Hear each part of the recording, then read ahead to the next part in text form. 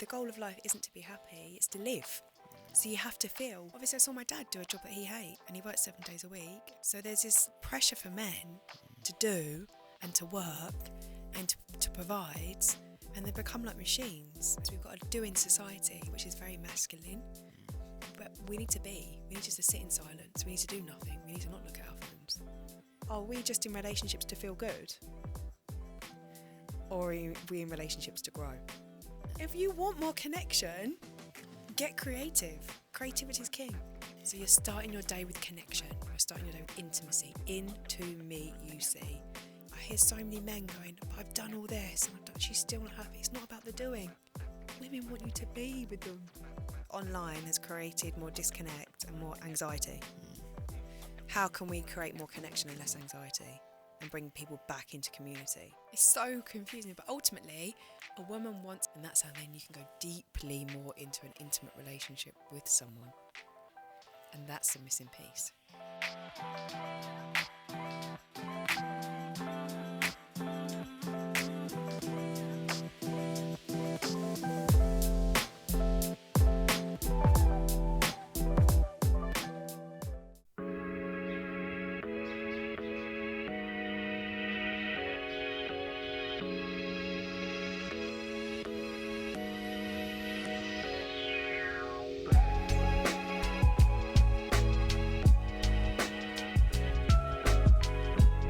I'm on a mission to help the world to see success differently. We're sharing the stories of our guests. I hope to inspire those that listen. This is the Different Hats podcast, produced by H2 Productions. I hope you can join us on this journey.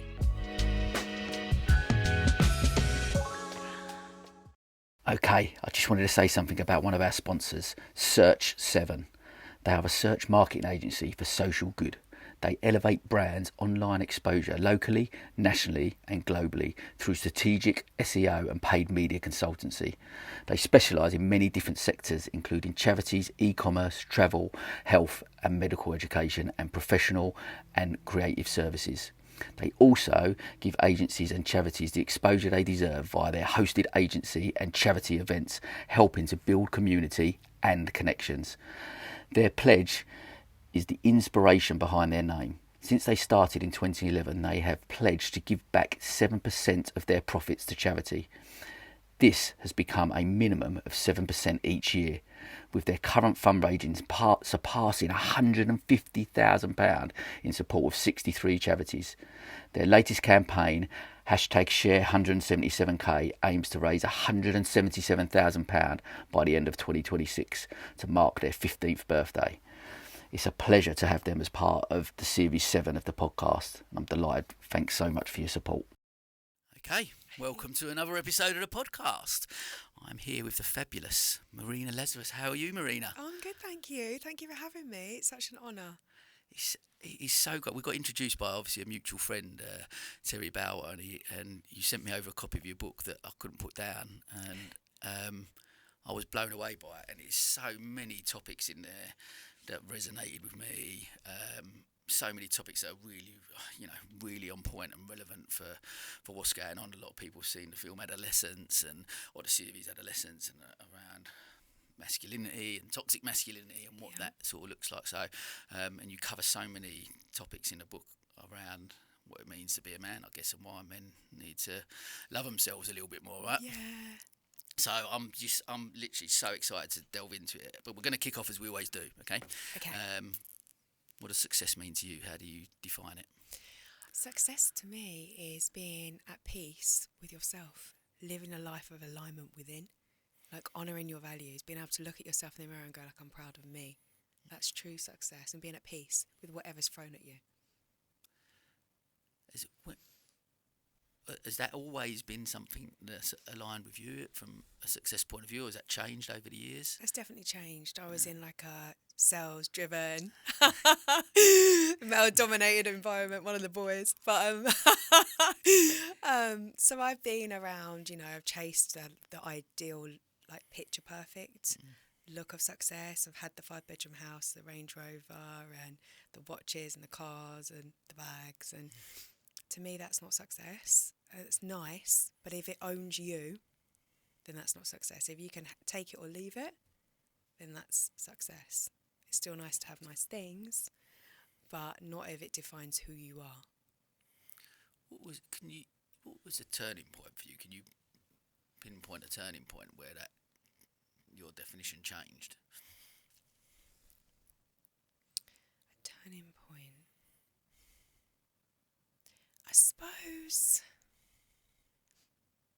maybe going through my own divorce and like getting the dream home and achieving them things, but still feeling like lonely and like by myself, I'd say, in many ways. And not feeling like I'm living my full potential and living my purpose, like using all my gifts and talents, kind of just existing and just being like, there must be more than this. Yeah, I love that. Because it is, I often reference it on here, that the book by Bronnie Ware, The 5 Regrets of the Dying, and she says that the biggest regret is I've not lived a life true to myself, right? And if we're not doing that on a daily basis, what are we doing, right? Yeah, life goes quick. Like when you have kids, it goes really fast, and before you know it, you're putting everyone else before yourself, and you're not even realising, like, hey, what lights me up? What makes me feel attractive? And often that's doing what you love. You know, and often relationships, the passion dies, and that often happens because you're not passionate. You're not doing what you love. It's your responsibility to get the passion. And if there's one thing, I think I talk to my kids. Kids are coming up to 10 now. The twins. It's just like the message I keep getting across is just whatever happens in life, do things that light you up. Do something that you love. Like that I often say they don't hear me say I'm going to work. They hear me going, "Oh, what are you doing today? Dad, I'm going to a podcast today. I'm going to do this today. I'm hosting this event today." So they don't hear me say going to work because it's not work, because it's something I love doing, and this and you know, money is a byproduct of the things we do, but rather than it be the sole purpose of it, I think that's certainly the message I'm trying to get. I guess what I'm trying to get across, probably why your book spoke to me so much. While when we first met, I was like, you got to get you on, because it's that alignment. It's amazing, because obviously I saw my dad do a job that he hated, and he worked 7 days a week, and then he got a tumour and nearly died and never worked again.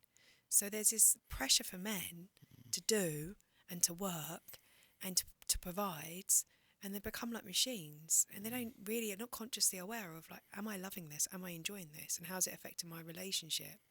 And ultimately, being passionate and being lit up, someone can keep falling back in love with someone that's passionate and lit up, because you're creating the energy, you know. And it's so important for your health, for your well-being, for all these things.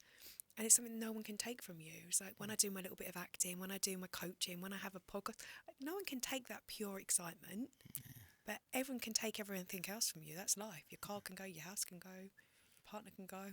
I've been through it all, so you know, it's good to focus on like what lights me up that no one can take. Priceless.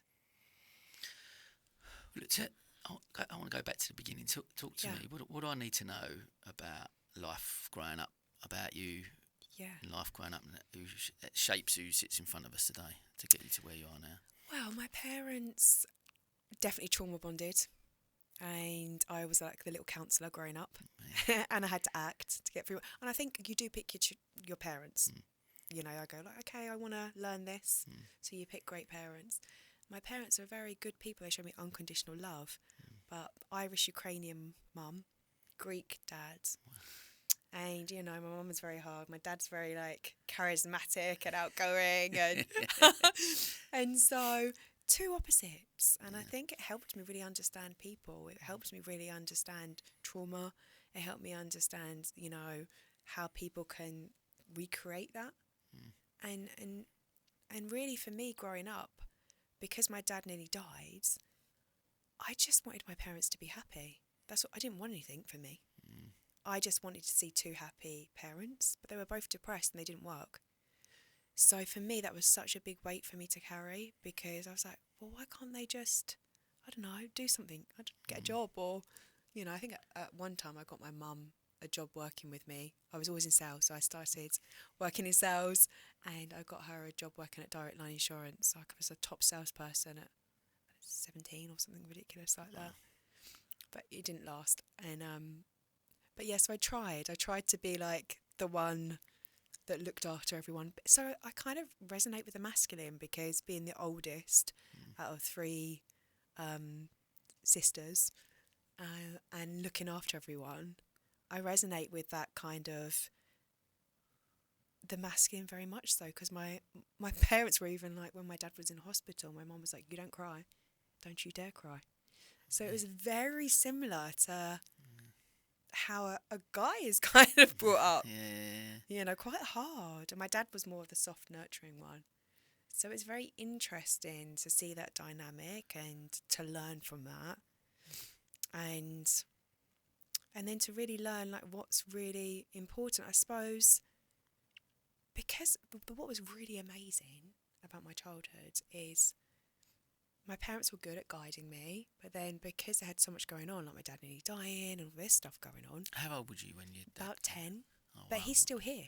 He survived. I mean, he's very spiritual, but it just goes to show if you stay with someone and it isn't like a place of love, nurture, gratitude. It's a place of, I'm unhappy with you. I'm going to put you down. I'm going to have a go at you. Well, eventually what happens is your hearing goes because you don't want to hear it. And the next thing you know, if you can't speak your truth, you start getting throat problems. But again, men don't know this. This is not talked about. So everyone just takes medication instead of going, hey, what's caused your hearing to go? Well, what's going on emotionally? Something going on? Something you don't want to hear? Like, no one actually looks at the emotional causes of all of these things, and a lot of it's emotional. It comes out in physical to tell you something, but we don't listen. We take medication, and then we get another illness and another illness, and it keeps us trapped further and further. So it's a very, it's something I'm really passionate about, health and wellness, and about everyone, men and women, but looking after yourself. And if you can't create a beautiful environment, leave, because after you're going to make each other unwell and everyone around you unwell. Have they split up? Are they still together? No, they're still together. Yeah, they still live in the same house, and they're both very, very unwell now, both of them. Really? Yeah, so my mum had a brain aneurysm that she had operated on just before Christmas, and then my dad, he fell, fractured his neck, and so they're just in this. They're in their 70s, but they're just they're so ill. So sad. Yeah. Sad to watch people you love suffer. Yeah. And I'm just intrigued, like you're saying about like completely opposite. But you look at them. Is this one of the reasons that you wanted to write the book? Like, what was the main thought process? Where does that start? What made you go, I need to write this book? Because 100% someone that's read it as a man, this needs to be out there, right? So thank you.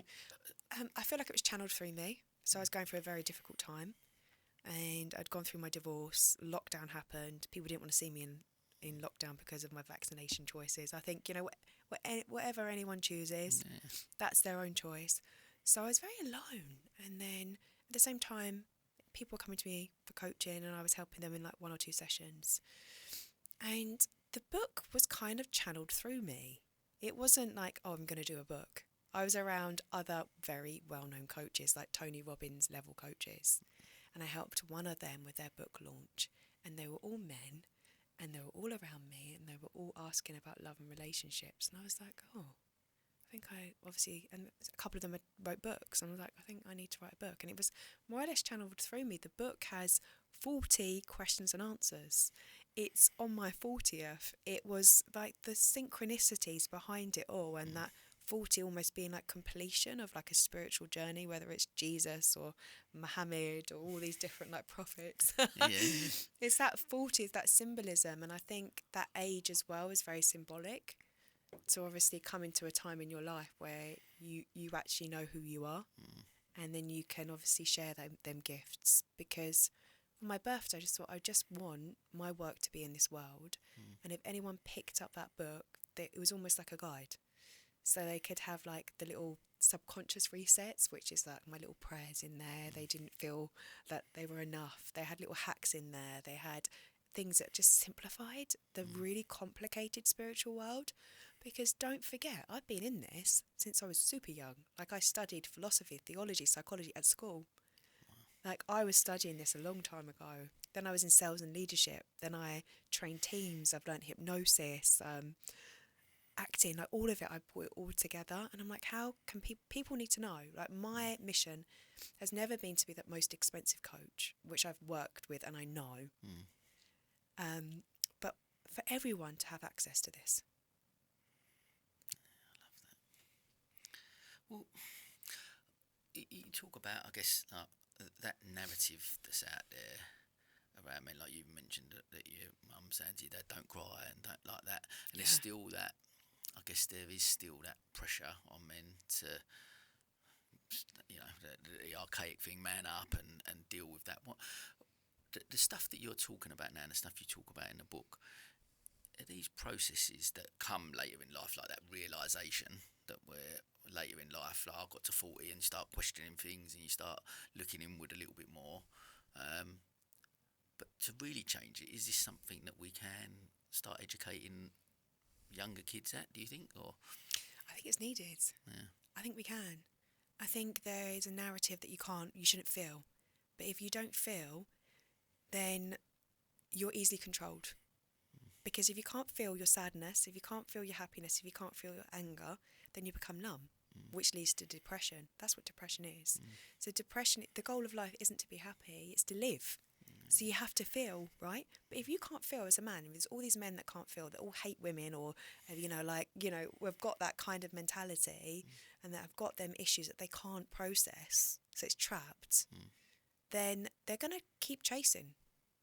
And then they're going to go to the next thing and the next thing, and then whatever hit of dopamine they can get, they're going to be chasing that. And so it keeps people in this like loop of not thinking that they're enough or not feeling like they're enough, and never being really fully satisfied and almost chasing nothing. Because is it? Because if we go back, we're looking at the education system and a school environment where emotional intelligence is not celebrated, measured, looked at. Yeah. Is it? So is that somewhere that we need to start? That they're the type of things that we need to, how to communicate, how to sit and feel your emotions and being able to communicate that in a certain way. Because like you said, I think there's that pressure, not just on men, but people in general to, I've got to find happiness and I've got to be happy. Actually, happiness is not always the answer, right? Of course, we want to live a fulfilled life, but with a fulfilled life, is, I guess, joy and sadness are two that are used more often. And you can't necessarily really appreciate the joy if you've not maybe had the sadness, possibly. Yeah. But I'm just keen. Like, what do you think? Like, that's something within the education system that is something that we could change?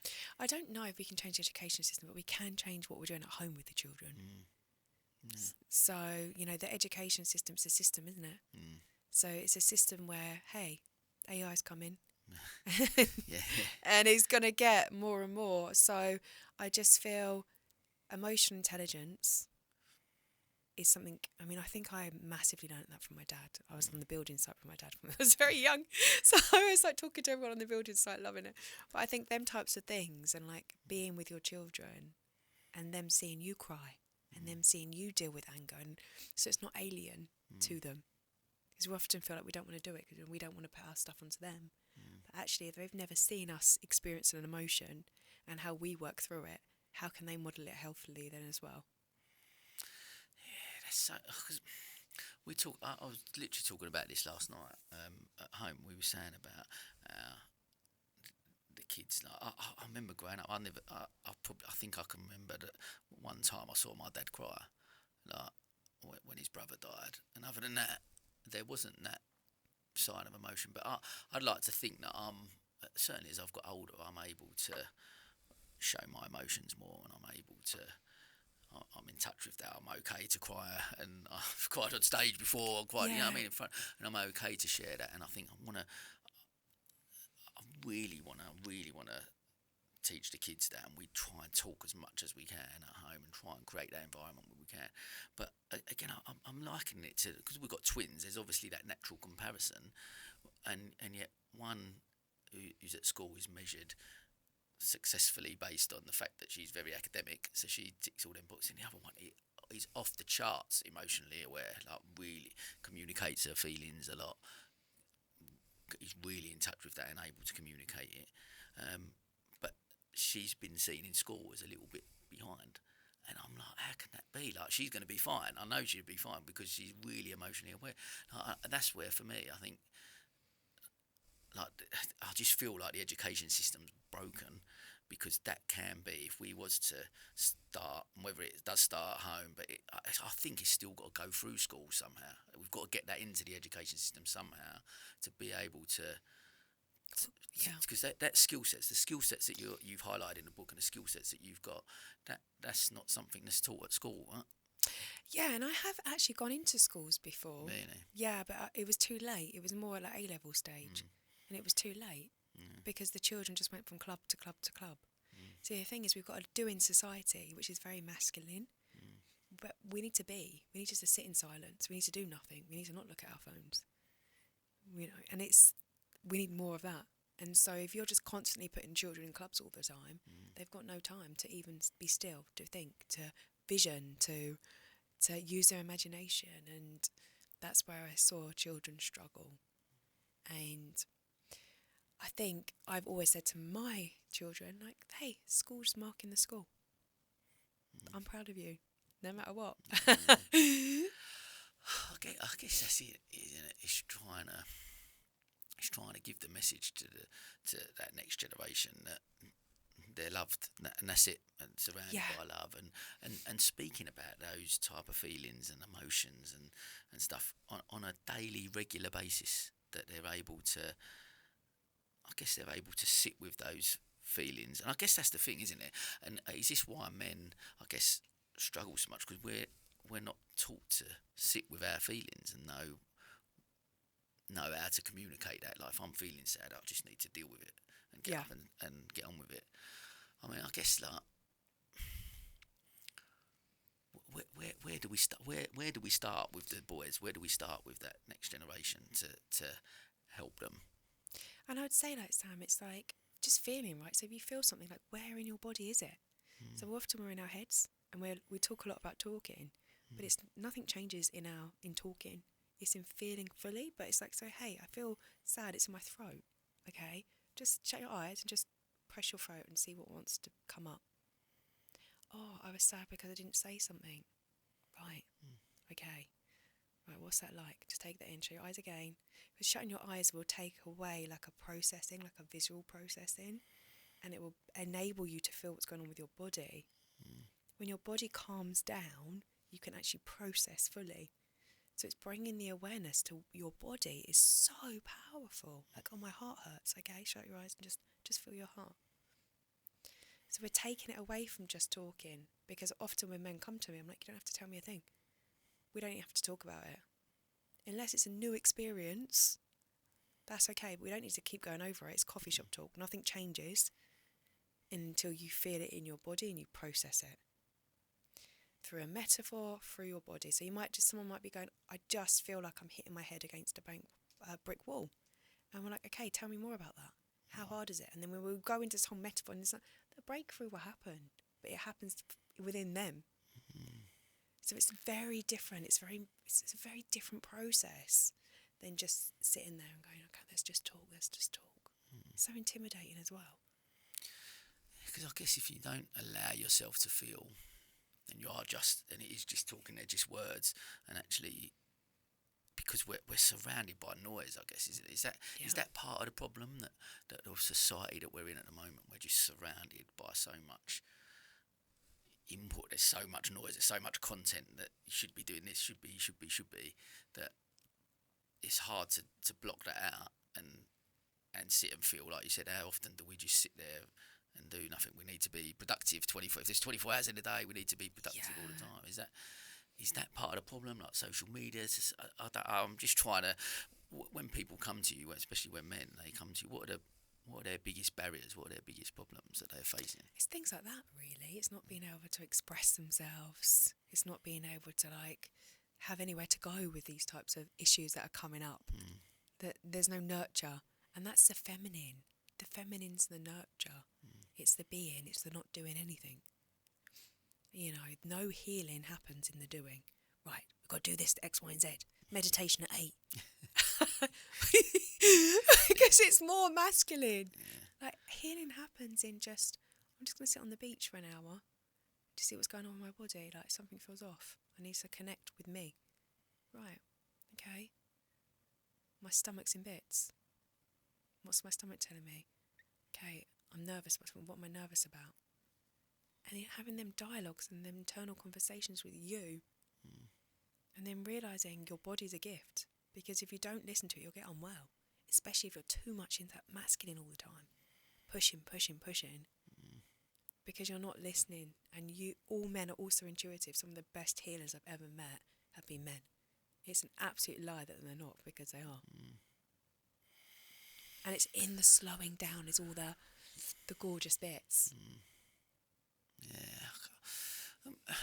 Talk to us a little bit more about that then, for people listening about the masculine and the feminine, and I guess, like, to men that are listening out there, what advice you can give them to tap into that feminine side, I guess. Yeah, so I think it gets a bit confusing because everyone has both, right? So we have this masculine part, we have this feminine part, right? So the masculine is I'm going to go and achieve, and the feminine is I'm going to sit and rest and recharge and receive. A bit like the mum and dad within us, right? So we all have that, and we have to balance that within us. So often we're taught in society, you need a masculine man or you need a feminine woman. Well, no, you need the balance within you. So, and then you can pick from a place of love and not need, because you're balanced. If I'm not balanced within me, then I'm going to be picking and I'm going to be looking for stuff outside of me and expecting it's going to come across icky, and it's from a place of transactional love. That's not pure love. So pure love is when you're in balance within you. So the feminine is the receiving, it's the letting yourself stop, it's letting yourself have that nurture, that care, looking after yourself, resting when your body says, that recharge, and making none of that wrong.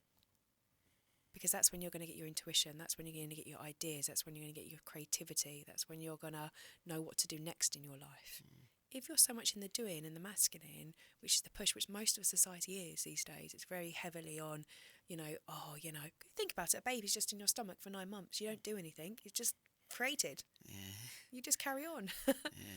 But we think we need to be doing, and we're not acknowledged for the fact how we grow internally, how we've changed, how things evolve just by relaxing. We're not acknowledged for that, because it's almost seen like, oh, that's lazy, or that's this, or you should be hustling and grinding, or you should be. I guess especially because we get a lot of entrepreneurs and stuff listening, and there's that hustle culture that's out there that does, is celebrated, isn't it? That busyness, almost like over here, especially in the UK, I suppose in the States as well, we're almost, it's celebrated for the busier you are, right? The busy, the more busy. And you go to networking events, someone asks, hey, oh yeah, so busy. And that's often people's response to that. Yeah. So, how do we change that? How do we change that narrative? How do we promote more of what you're saying around the importance of stopping and being in the present and understanding and working? How do we change that narrative? I think there's nothing wrong with discipline structure and having that, great, but how we change that narrative is to not make it wrong, and also like champion the gift within it, because your greatest ideas are going to happen when you're sitting on the beach, just reflecting, or I don't know, just sitting there for an hour doing nothing. Your next thing is going to come from that. You're also not going to get unwell so often, or you're not going to get out of balance or get seriously unwell if you've got more balance within you. And also you're not just going to be reacting. Okay, you're busy, but where are you going with this busyness? Are you following you and your soul and your purpose, or are you just following what everyone else is doing because it looks good? So I'm going to hustle and grind, buy some property, do this, get a car, get a house, and then what? You end up and you're like, actually, who did I do this for? Did I do this for me? Because actually in lockdown, no one came to my house. So who are we actually doing all this for? Because we're all going to end up in the same grave. So are you actually doing what is resonant with your soul? Or are you doing stuff to like to get whose approval? No one cares. They're all doing their own thing anyway. I think that's it, isn't it? You've hit it there. It's that, and social media plays into this, right? It's the external validation that we feel like we crave. Yet actually, no one gives a shit. Really, that's the whole thing. No one really cares. You try and sit down with someone these days and go, look at my holiday album. They'll be like, I don't want to Yeah. see. Right, back in the day, people wanted to see the holiday album. Now it's just all thrown at us in all directions that people are like, they're not interested. So it's almost like, what really makes you light up? How can you create a life you don't need a holiday from? How can you create a little bit of magic and happiness every single day? Because guess what? I had that experience when I was young. My dad nearly died. Like, your life can just change in a day. You don't know what's happening next. We just don't. Yeah. I guess I want to touching on all of that and going back, I guess, to the boys and that, like, trying to change, because I've been looking at a little bit lately about trying to change this mission of helping the world to see success differently, right? So I'm trying to do that because I want to have that impact on the suicide rate and reduce that, and we can try and change it. So I'm looking now, for me, looking how we can, what can we do and to talk about this in that younger thing, because I've got some stats here from the Lost Boys report saying 41% of boys in England start school without a good level of development compared to 26% of girls. Like, what? But they're talking about, I guess, emotional development and not being able to what. So if girls have got that and boys haven't, like, where do we start with them to try and encourage that to? It's a mother's wound, isn't it, here? Yeah. I mean, we've got a society of women that are pushed into their masculinity and they're out working and they're not having so much nurture.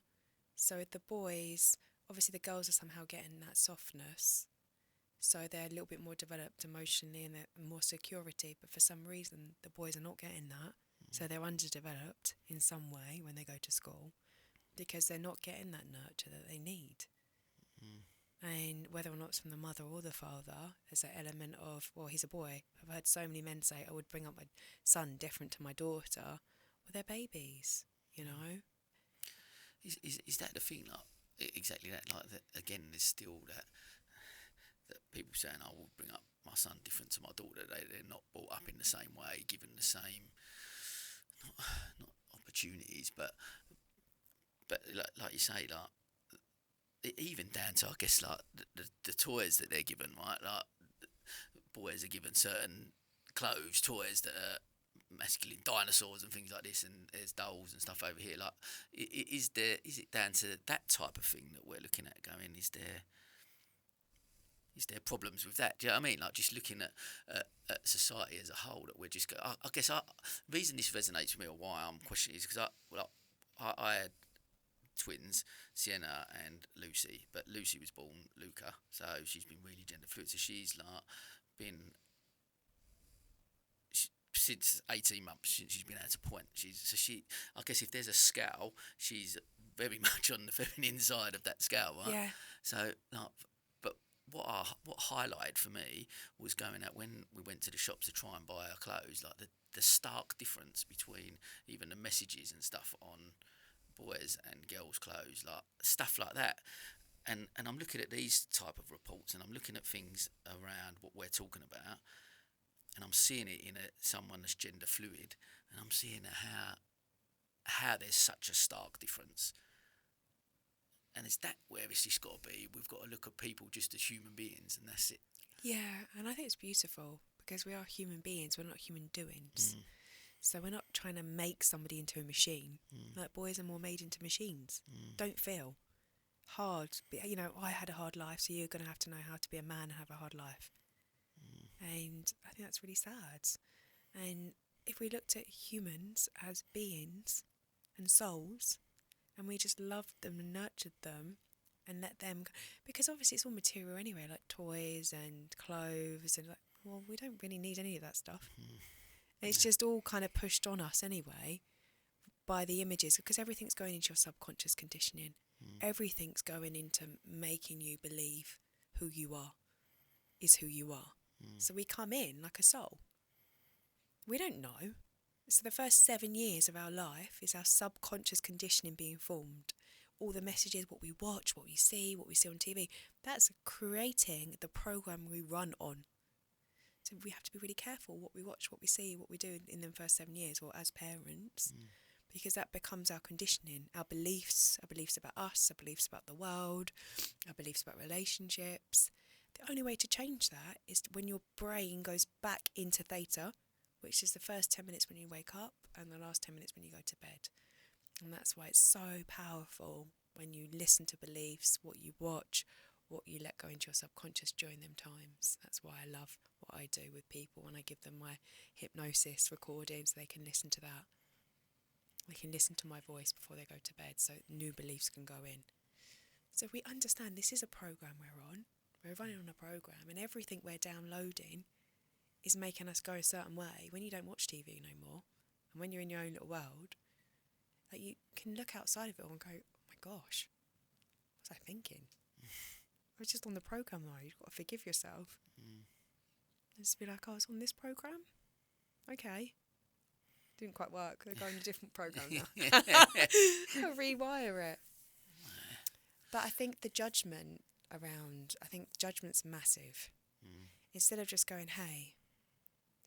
And I think the problem is how somebody was treated when they grew up, instead of them looking at it and going, did that work for me? They just repeat it. I guess that's part of the problem, isn't it? It is that cycle, isn't it? It's learned behaviour, right? So we see behaviour growing up, and subconscious we take it all in, and then we repeat that until we question. Maybe I think now, like I especially think like our generation, I know that I had an amazing mum and dad, unconditional love, beautiful, still together, lovely people, but I never saw them argue. And maybe that's not a healthy thing either. When you actually analyse stuff, you go, actually, maybe that's not a healthy thing to. It should be that we could, because an argument's a level of communication, and knowing how to resolve those conflicts in a deep way and an understanding way. Like, if you don't ever see that, I never saw conflict indoors because it was just a loving, unconditional love environment. But of course they did argue. Of course they got upset with each other, but we never saw that. So they hid that from us. So I guess there's that, like, that learned behaviour. I'm growing up now with Kelly, my wife. She come from a completely different background where there was that sort of hustle and bustle. There was people arguing, and there was 4 of them, so there was all ways that. So we've tried to get that balance in there. So me and her maybe argue in front of them, but we can speak to the kids about that and try and have that level of communication, because we want to try and change a narrative. And do you think that, like, where we are, our age group, there's a shift now where parents are maybe open more to having them sort of levels of communication at home? 100%, because there's more awareness around it all. I think there's, I think we can look at our childhood and analyse it and go, oh, that was wrong, or, I think every parent's doing the best that they can, and how beautiful that your parents had this unconditional, Wonderful loving people. relationship where they protected you and they only spoke highly of each other, and you had that security and you had that secure attachment. I think that's really beautiful. But again, like, if you look, you shall find. You'll be like, oh, that was wrong. That was no, actually, it was actually it's quite rare. And it's really beautiful. Yeah, I agree. And then if you are, obviously we're human. We get tired. We're gonna get in these situations. Perhaps we're at our best selves. Because obviously when we're tired, our brain doesn't function properly. So our prefrontal cortex does, get triggered. So we're going to be more reactive. Like teenagers, they're in that reaction state as well, because their brain's not developed. So we know, okay, I just need to be more kinder to myself, and then just to know to apologise, know to have a discussion around it, know how to repair that, like you said. And I think what's really important for men to understand is that their voice matters. And often what men do is just completely shut down. instead of going. Why is that? Why? Because there's so much of a toxic narrative that a man can't speak, or a man like this. I talk around in my book. It's just swung way too much the other way. So now women are almost like being abusive towards men, and men should be able to say, "Look, I might get this a bit wrong. It might come out a bit thing, but please bear with me. I'm learning too." So if and if somebody gets so easily offended, they need to do some work as well. So you need to take responsibility. And if something hits you and you're like, "Oh my God, that made me sad." Okay, well, is that a trigger for me? Is there something I need to work on? Because really and truly, if it's not completely true, it shouldn't really upset me. Okay, obviously, some things are going to make us not feel good. But are we just in relationships to feel good? Or are we in relationships to grow? I love that. Yeah. Let's talk a bit about relationships, and I want to delve into that a little bit, because again, we sort of mentioned off air, I'm trying to do a little bit of work on myself and trying to understand, I guess, exactly that. Like when I'm criticised at home or things that I feel inadequate, so that plays into my own feelings of inadequacy, and I will shut down and I won't then communicate. I find that really difficult. So I'm trying to, I guess, like, what advice do you give to couples or people that are in relationships on that levels of communication, trying to understand that it's not actually the other person's responsibility for how you feel, is it? In that sense, I'm trying to understand, I guess, where. I think it's good as well for you to express, hey, that makes me shut down. So if you're going to come up with a criticism, I'm going to shut down. So, like, for example, I'll give you an example. So you kept saying to someone, you haven't done the dishwasher, you haven't done the dishwasher, or this or that. In the end, someone's going to go, fuck you, do your own dishwasher. But it's not going to make you do the dishwasher. If someone's going, oh, you're this, you're that, you haven't done this, you haven't done that, it's not going to make you go towards them. Okay, it's like, okay, so how do you approach something also depends on how someone's going to move towards you. If you're like, oh, you're always on your phone, you're always on your phone. Oh, okay, well, guess what? You're not going to make me not want to be on my phone. It's like you're going to create the opposite. It's like that disgust or putting someone down or being critical. You're going to create them to move further away from you. You're not going to bring them in. So instead, if you were like playful and be like, oh my God, come here, darling, like, I don't know, played like footsie under the table. I don't know, just get creative. If you want more connection, get creative. Creativity is king. Like, we should be creating. So it's like, if you want a desired result, how can you get playful and creative rather than the opposite? Because the opposite is creating more friction, more tension, and more separation. Like, how can you play more? Okay, what is the need that's not being met? The need's not being met is, okay, I want more connection. I want to be seen more. I want more of you. But don't put them down and push them away then, because you're not going to get more of them. You're going to get the opposite effect. Okay, say then, if people are listening and someone's going, that all sounds great, Marina, but you know what, I've got the kids, I'm getting emails from the school, I've got to deal with all that, I've got loads of stuff going on at work, I'm really stressed out, I'm really pressured, and I just haven't got the time to go and sit there and go, I just asked you to do that dishwasher and it's not been done. Like, why can't that not? If that was being done, then that could be taken away. I wouldn't have to criticise you. Yeah, so I think that this is where the conscious awareness of, like I say in my book, is to start how you mean to go on. So, like, when you start your day, remember your subconscious conditioning. So you're running your old programs, so whether it's your upbringing or whatever you're programming, you're running first bit in the morning, you're not. So you wake up and you look into each other's eyes and you just don't say anything. And you just look there, like with a cup of tea, maybe it's not so intimidating, but you just, only 5 minutes. And you set your intentions, like today, like, I can see you're sad. Okay, what do you need from me? Okay, I need you to help me more around the house. Or I need you to, I know you're like, and then vice versa. Okay, I see that you're a little bit, what do you need from me? 5 minutes. Beginning of the day. Set it up. Have that connection in non-verbal format.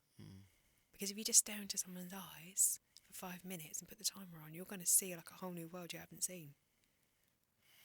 So you're starting your day with connection. You're starting your day with intimacy. Into me, you see, in the silent intimacy. And you start your day like that. And then it's creation, okay? you lose the expectations, because relationships fail because I expect you to do this and I expect you to do that. Guess what? When your partner walks out on you, which I've been by myself, but guess what? You still have to do the dishwasher, you still have to do the washing, and guess what? It's still just as much. But now you've got to do it all by yourself. So that moaning and complaining that you were doing doesn't change unless you find, I don't know, somebody else to do it. But, you know, another partner. But it doesn't, you're going to have to do it anyway. So it's like, rethink, stop blaming and expecting. Give someone freedom to choose you. Like, do you choose me? Like, okay, it's first thing in the morning, don't say anything. Okay, like, I love you, I'm grateful that you're here with me. Do you choose me today? Do you choose to be with me today? Marry that person every day. Like, change the narrative. Because guess what? Tomorrow, they could be dead. Like, let's just get real. Stop taking people for granted. Everyone's got 5 minutes. And if you start your day like that, you're going to have such a beautiful day. You can create that honeymoon effect. And with women, it's not, I hear so many men going, but I've done all this and she's still not happy. It's not about the doing. Women want you to be with them. Yeah, see, there was quite a few bits in there, as you've just mentioned. There's quite a few bits in the book that was a bit like a mirror, I guess, for me, because I am one of them. Sometimes I will do stuff, and I go, yeah, I've done that, or I've booked you a massage, or I've done that, and tick, tick, tick. Do you know what I mean? Yeah. But actually, what she saying is, yeah, but you're not listening to me. What I need, I don't need that. I don't need this, or I don't need that. But you're not listening to me, not hearing what I'm saying, and just I want you to, when you're here, I want you to actually be here and not be elsewhere in your head. Do you know what I mean? Like, trying to be present in that moment. I'm not that. So I guess I'm on a personal level. Hearing you say that can actually just being as opposed to doing is a big jump, right? But also you have to feel safe to do that, because sometimes we get into the doing mode because we feel a bit anxious around someone and we don't really feel safe to like relax and calm.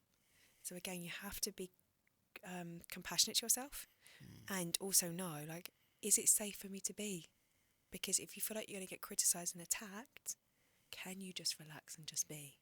Sometimes not, because you're like, the energy here is just like, so, you know, sometimes it's polarised with the women being very in their masculine and and I'm doing this and doing that, and then the next thing you know, you're just like, oh, I just want to look at my phone, I don't want to be here. And I've seen that. So it's like, how can we create more like being like, okay, it's all a bit of a mess, that's okay, it's going to get sorted. How can we just chill on and like relax a little bit? Okay, I'm just going to say something about one of our sponsors, Riverval. The world of cars, vans and minibuses is often a pain point for many of us. The hassle of finding the right vehicle, let alone looking after it, are all more things to add to our lists as busy people. Riverval's mission is to make motoring manageable, and that's why they provide leasing, purchasing, servicing and vehicle management. So whether you have one family car or a fleet of vans for your business, Riverval are your trusted vehicle supplier. Visit www.riverval.co.uk. Okay, let's jump back to the podcast.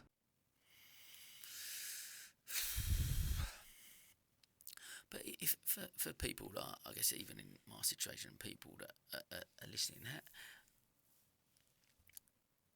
is there? So you've got that question. So you're at loggerheads a little bit maybe, and you're trying certain things and it's not working, or they're both trying. Is there when? Gosh, it's hard to answer this question, but when do you know if actually this is not the right path that we're on? Maybe we're not right together. When do you? What questions do I need to be asking to get to that answer? So number one, there's never no wrong path. It's always the right path. So there's two paths happening. There's a path happening where you stay with your partner, and there's a path happening when you don't stay with your partner. Both are available to you. So, and then I say my relationship formula, okay, you just have to be open and honest with your partner on how you're feeling, and how they respond will always teach you what to do next. You have to be honest with yourself. Okay, you know, is this abusive? If abuse shows up, then you leave. Because if abuse keeps showing up, you're going to become unwell. In man, female, women, I've seen it, you're going to get ill. So if you can't speak your truth, and if you're getting put down all the time, and your light's being diminished, and it becomes a relationship where you have to shrink and not be you, then you has to come to a point where you have to speak your truth. You have to stand up for yourself and just say, look, this is not happening, and I don't want this to continue, because otherwise you'll never do what you're meant to do in this world. So I believe it's a balance between, and again, it's having them boundaries of saying, that's unacceptable. You don't speak to me like that. You don't, because again, when it comes to control, and I say this especially for men, if a woman can control you, she won't respect you. If she doesn't respect you, she won't want to sleep with you. So you have to make sure that it's not a happy wife, a happy life. You have to make sure you go, no, I'm doing this. I go out and I do my whatever it is, my football, you have your life, you do your things, because that's going to keep you attractive. You keep them boundaries. The moment you lose them boundaries, she'll lose respect for you, the sex will go, and then all sorts happens. So keep your boundaries, keep strong, keep doing what you love, never stop that, and ensure that the respect is still there. You mentioned there about sex, and where does an intimacy, obviously men and women, my understanding is view things slightly differently when it comes to that, or not? I mean, I've got a chapter on this. Did you read it? Yeah. That's why I'm just keen to share it. So yeah, I think, I've got my definition of the way you make love is the way you live your life, and what is making love and what isn't making love, and I've got a very different definition. So lots of men are going, oh, what's the difference? And I think we live in a very pressured, performance-based society, and men often don't, and a lot of that, and can I say fucking? Yeah, so, of course. So lots of when it comes to making love, it's you're present, you're in the moment, and I don't think many people ever got there. So you can go into another dimension just from kissing, when you're really connected. So when you're really present, you're not really thinking about anything, you're just there. And so you're just working off the other person. So it's like, oh, I kissed them on their cheek, and I kissed them behind their ear, and they really like that, and then I'm going to do that some more. But you just get lost in that kind of dance, and they do the same thing. And you're not thinking about the end goal. You're not thinking about anything else. You're just in kind of flow state. And it's almost like you can go into another dimension. It's beautiful just from kissing. But we're not taught that way. So then all these images are projected, especially onto men, around performance. So they're like, and all these toxic narratives are out there on size, how long something lasts. And so, and these films like 50 Shades of Grey. So all of this stuff's thrown on people, and it's a lot of trauma. And it's a lot of performance. And it's not intimacy. And it's a lot of shaming on men. So then men put themselves under a lot of pressure. And then I think one of the biggest searches on Google is to do with the size of manhood.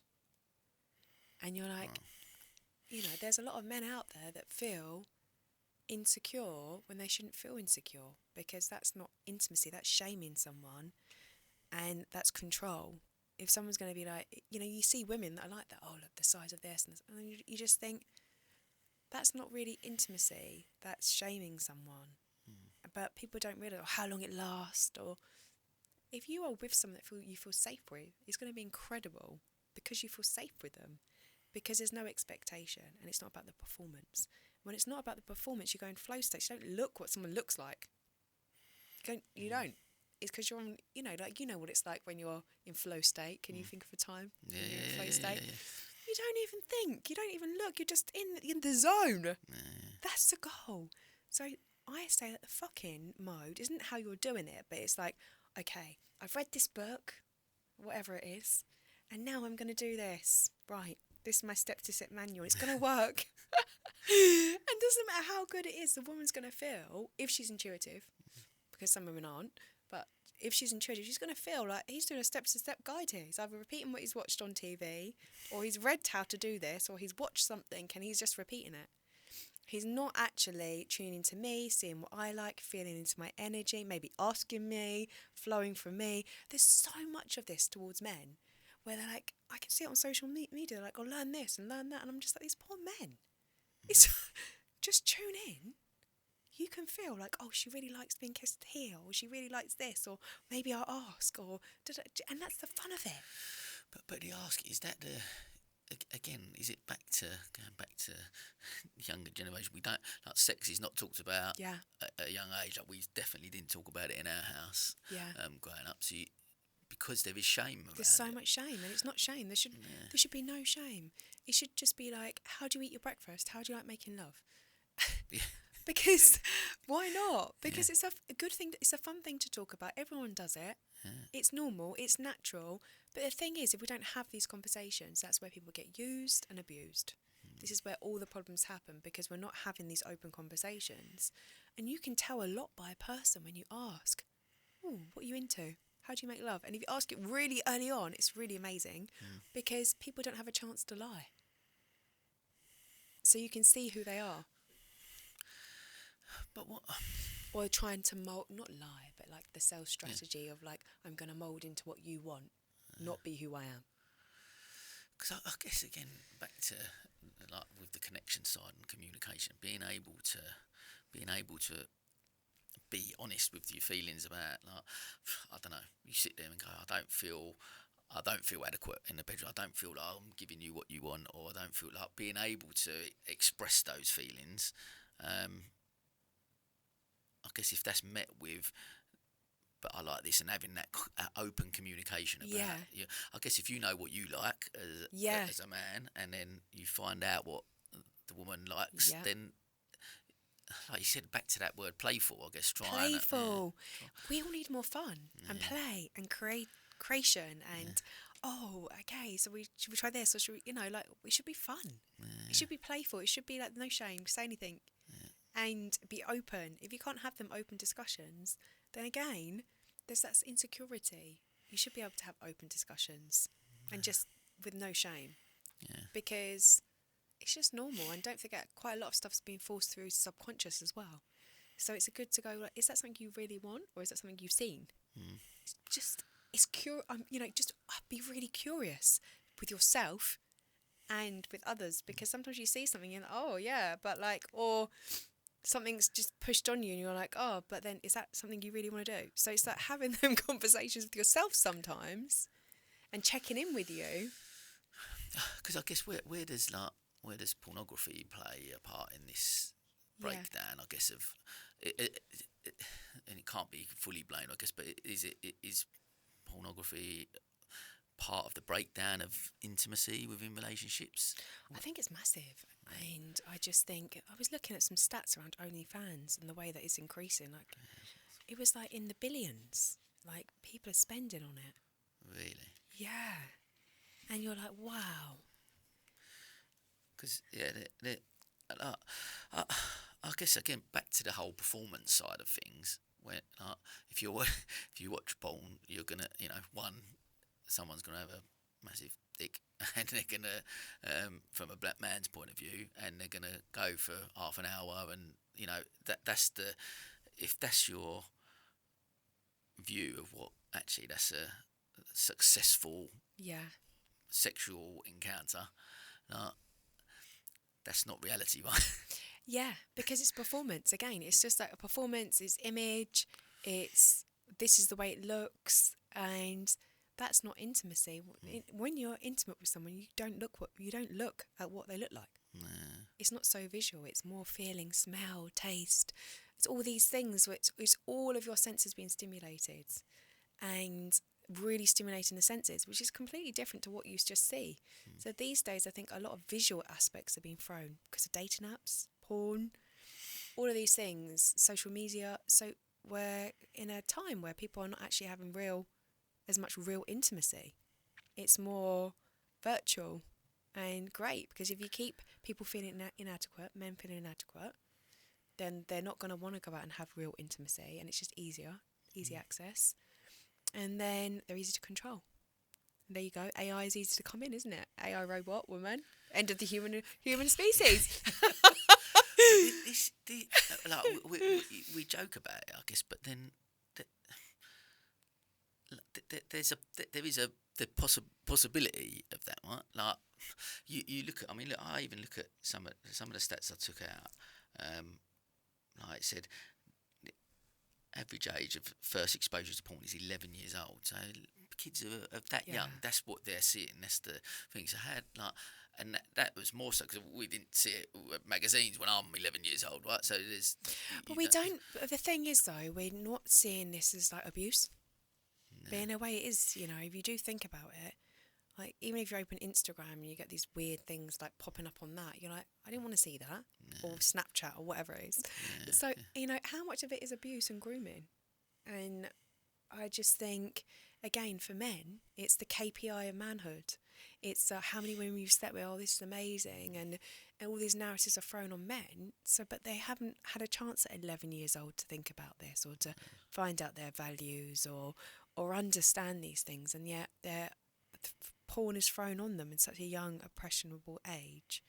So then, if the younger generation does have addictions to these things, you think, well, that's so sad because it's being pushed on them. You know, men's brains don't stop developing until they're sometimes in their late 20s.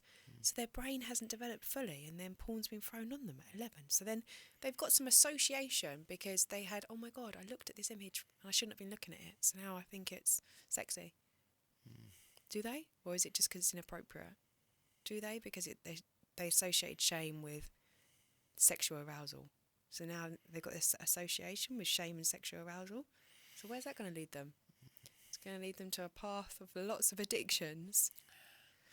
And then, like you said, then there's the other side of it. You've got like dating apps. So we go down that route as well, and people don't know necessarily to go out. How do they even start to go and ask someone out on a date, or that just doesn't happen? I haven't dated since I was 18, so nearly 30 years, right? So I never been on a dating app, haven't got a clue.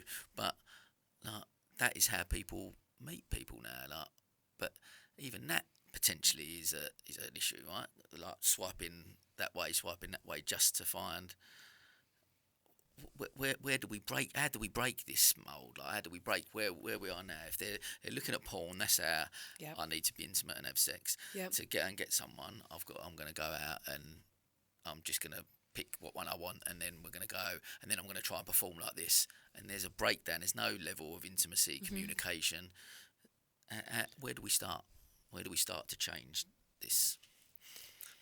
Yeah, so it's all transactional. It's like buying a car.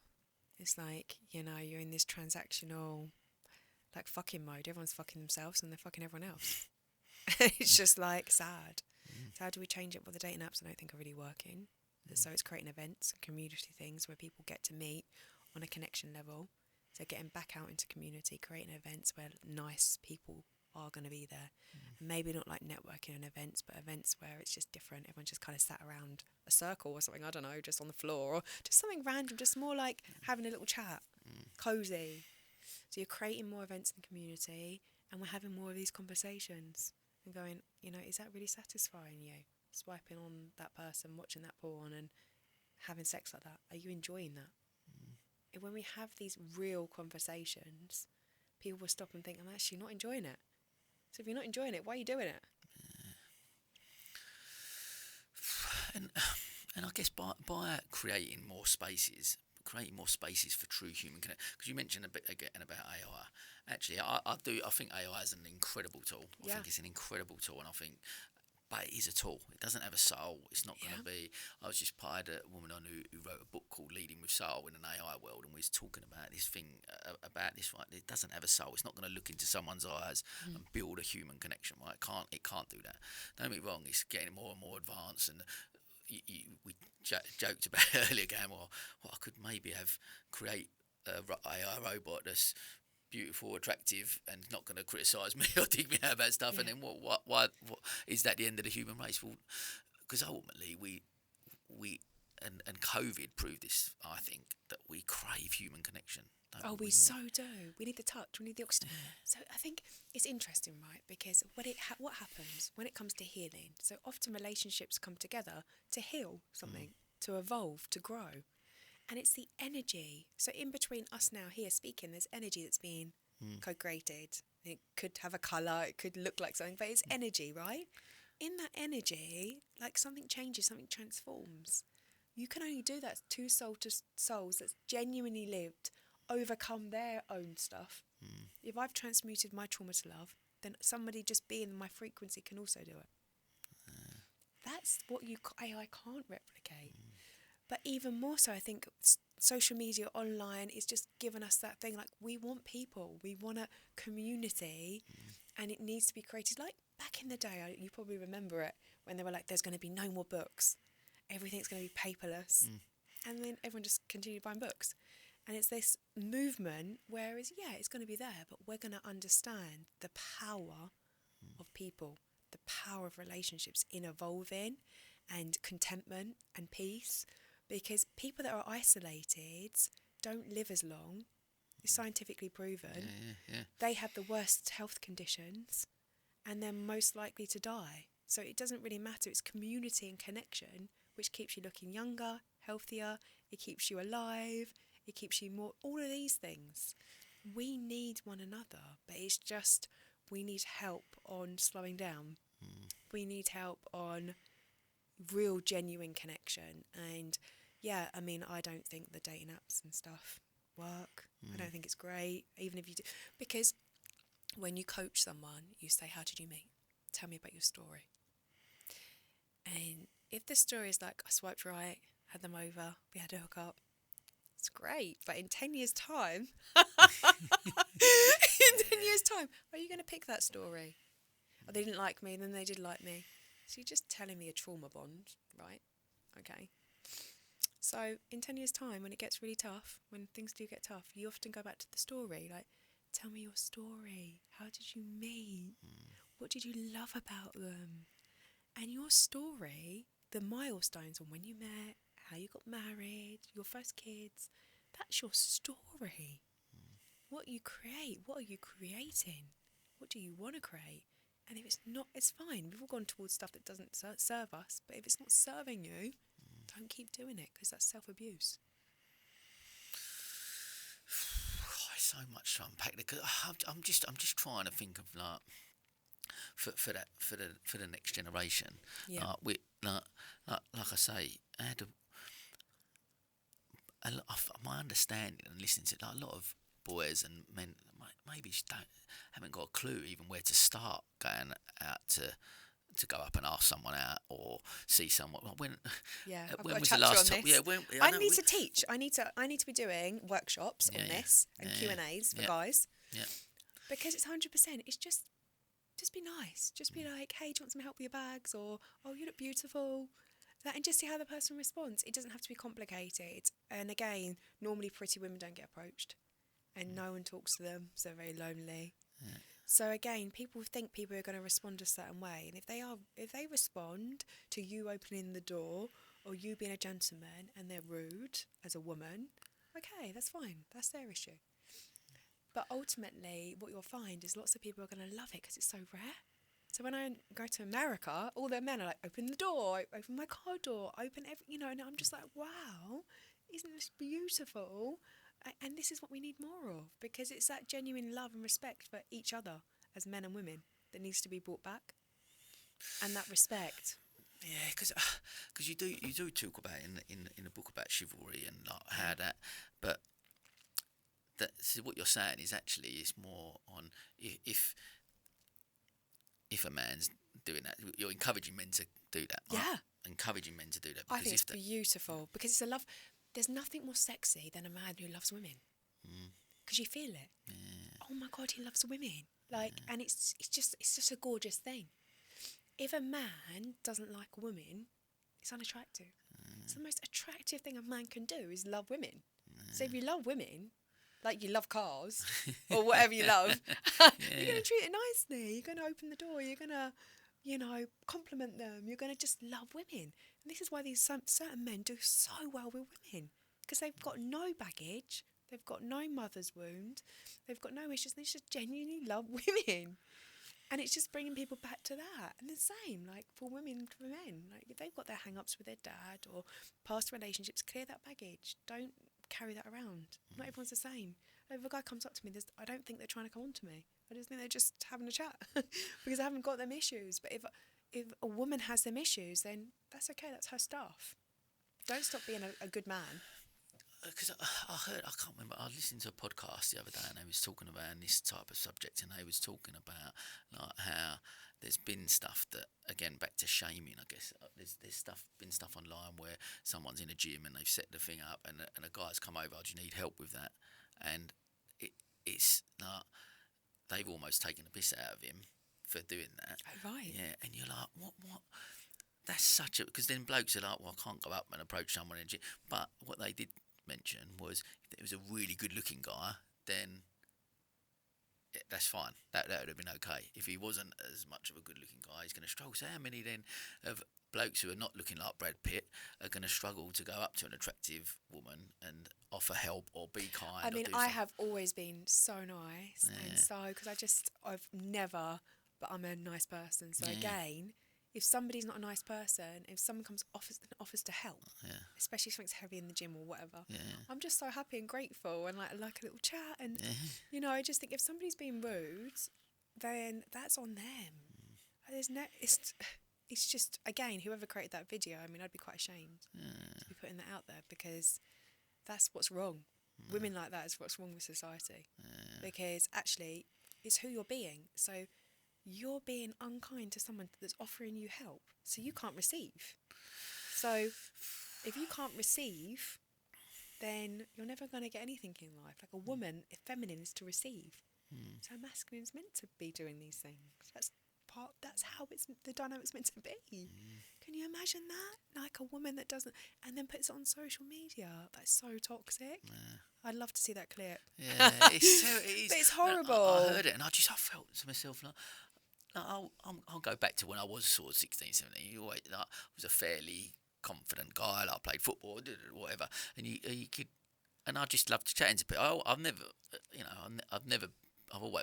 me and Kelly always joke, 'cause I've never properly been on a first date really, because we knew each other since we was 11, so we was mates at school, so you sort of go out and then you're there. So I've never had that where you've gone into a club. But no, but I don't want to find out either. I'm not certainly. You're really not missing out. But you see that. But I saw other people like going up, like that has been lost, isn't it? That art of going up to someone in a club and maybe asking out on a date or something like that. That is because, and I guess because there's again social media, people filming. There's so much going on in the world that blokes just don't want to be embarrassed and there's again that shame around it. I don't know what is those issues around people being out, and is it that there is, of course we look at the other side, and there is people out there that are creeps and that are and women have got to be protected, because there is a lot of bad stuff going on out there as well. You know what I mean? So there's a balance to be had there, isn't there? I think it's hard for men, and at the same time, I don't think men should stop being men. And I think it's maybe things are easy accessible. So you've got dating apps and you've got easy ways of contacting someone, Instagram and Facebook. But actually, if you're a masculine man and you're approaching a woman and you're just having a conversation, you ask her out, you're gonna be like miles ahead of anyone else. So it's amazing. So it's a bit like back in the day, I used to do 100 cold calls a day, and I used to get rejected, and I'd continue going. I think we've lost a bit of that. We've lost a little bit of like, okay, it's okay to get rejected. You're not gonna die.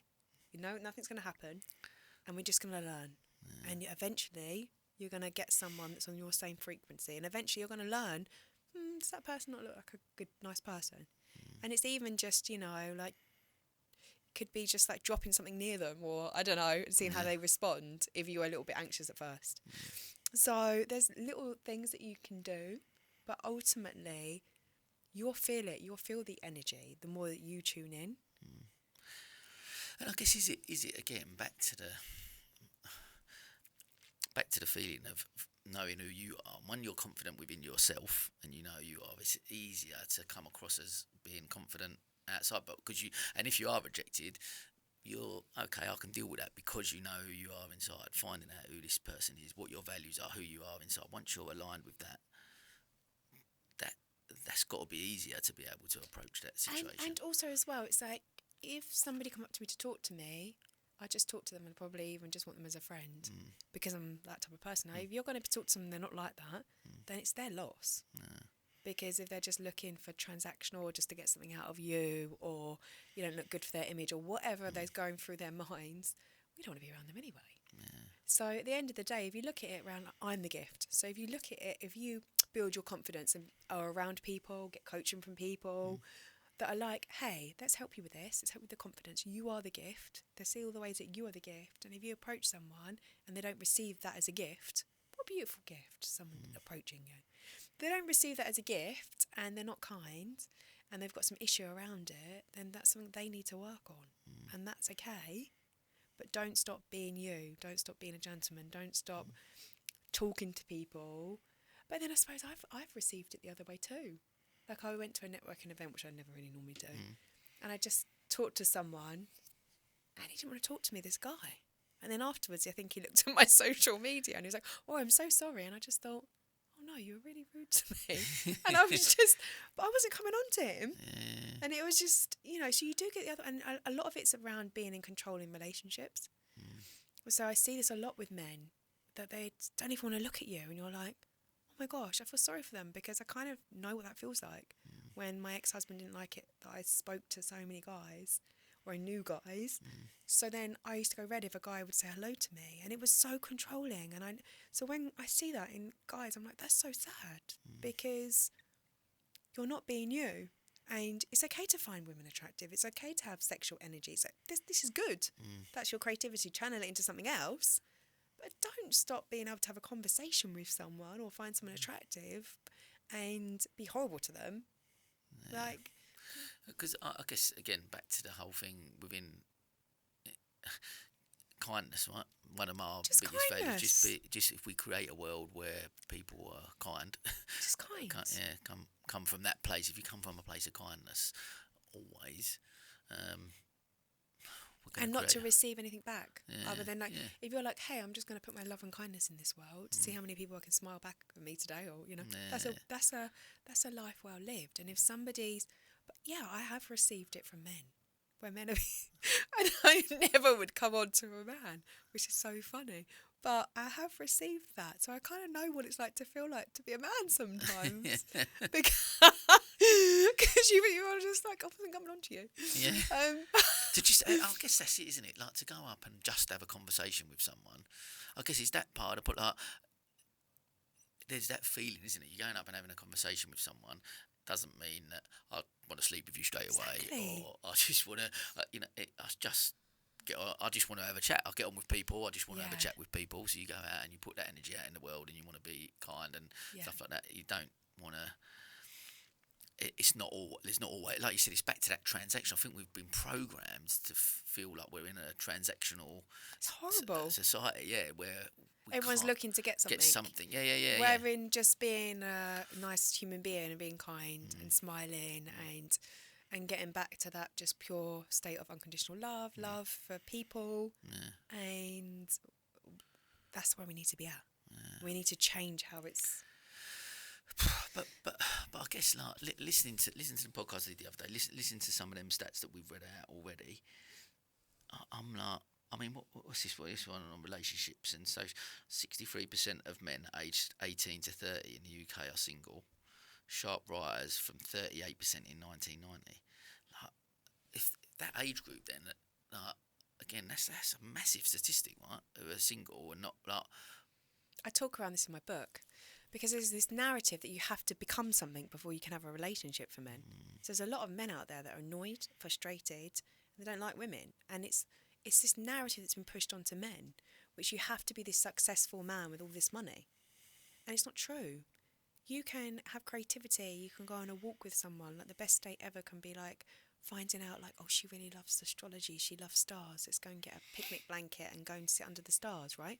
But there's this narrative that you have to have this flash car, you have to pick them up, take them to an expensive restaurant, and that's successfulness as a man. You've had to have it all set out, you have to get a house, so it's none of this creating and building with someone and creating a life with someone and doing your vision and dream together, and that co-creation and that power, you'll go twice as quick, twice as fast.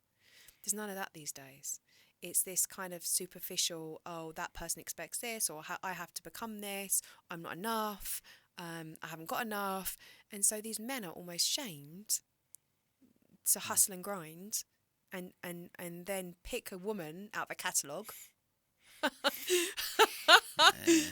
like they pick a car and think that that's success. It's loneliness.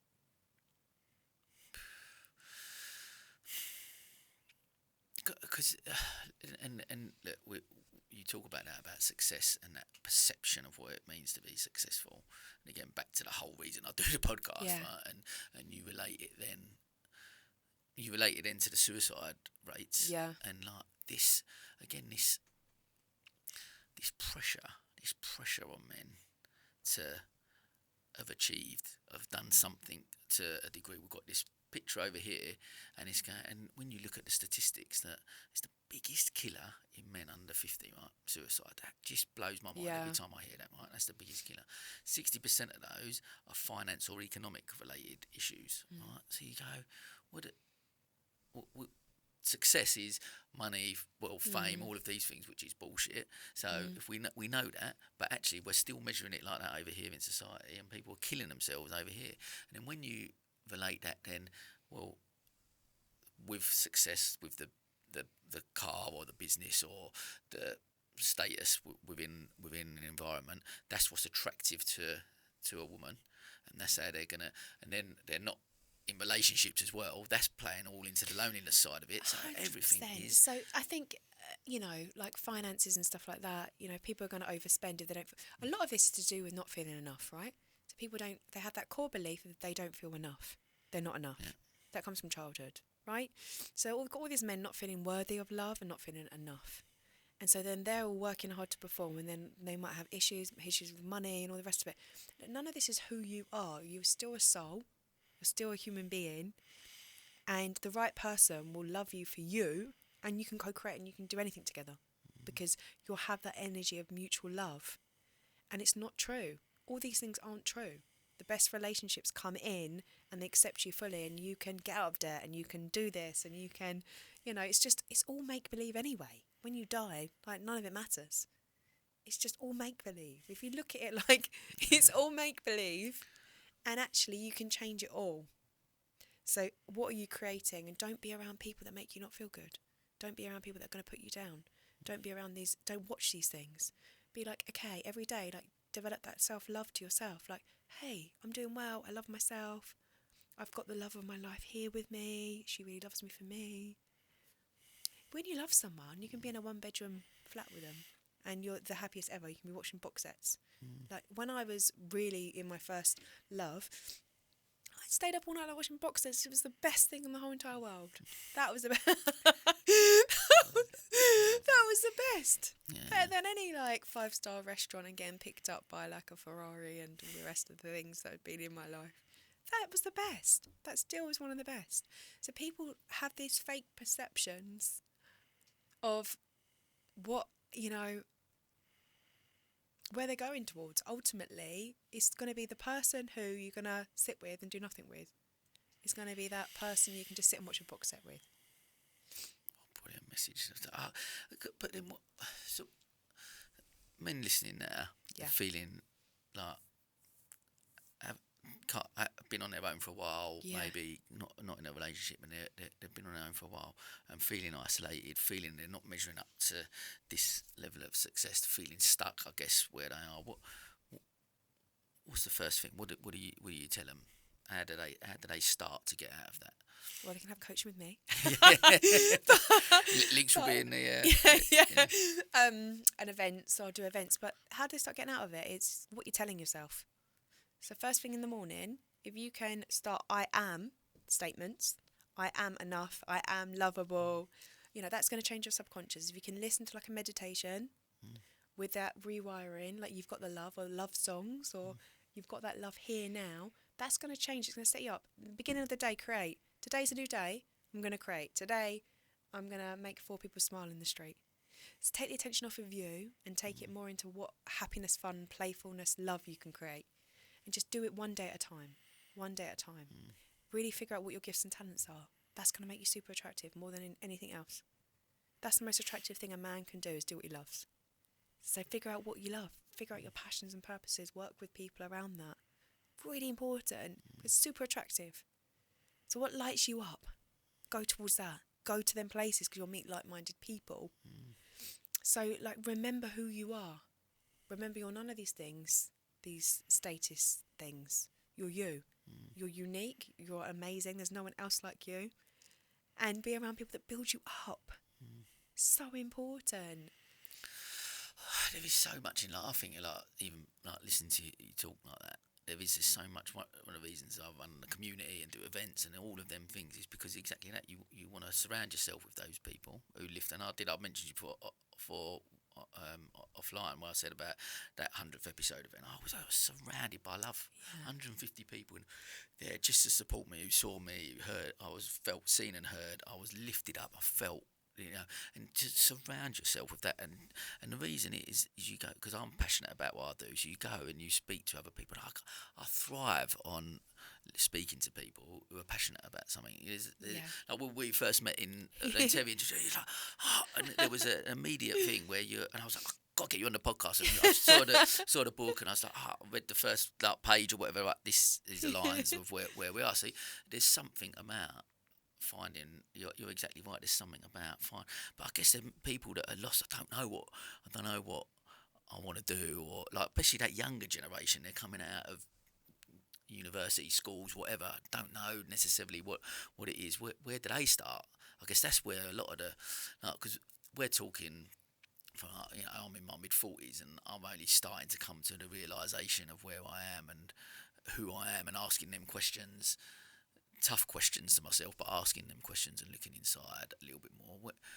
Where does someone in there who's 18, 19, 20, do they need to do that then? Do we need to start looking like inside more at a younger age, or is it something, we need to live a life and develop and then go on to find ourselves later in life? I think you're always finding yourself. Yeah. You are. Yeah. I think you're always finding yourself. I agree. And I think that there's no right way, but you go towards what lights you up. Genuinely. Go to places where you can build community, whether or not that's at the gym, whether or not it's your events, whether it's the events I'm going to do, right? So go towards places and people that light you up. Do that. Move towards what makes you feel good. Move away from what doesn't make you feel good. Get into rooms with people. Connect. Build. Human connection. Yeah. Get off of online. And then, around asking these questions that are just powerful questions to ask, like, okay, what is your purpose, what is your passion, but also thinking of when was the happiest time of your life. Thinking of them questions will reveal your values, will reveal your gifts. Just stop in to actually think about things a bit more. And tuning into you, having that quiet time, setting up your day, is going to change your life. So much taken away from today. So much. One of the biggest things for me is listening, and I guess encouraging anyone is actually just to slow down a little bit.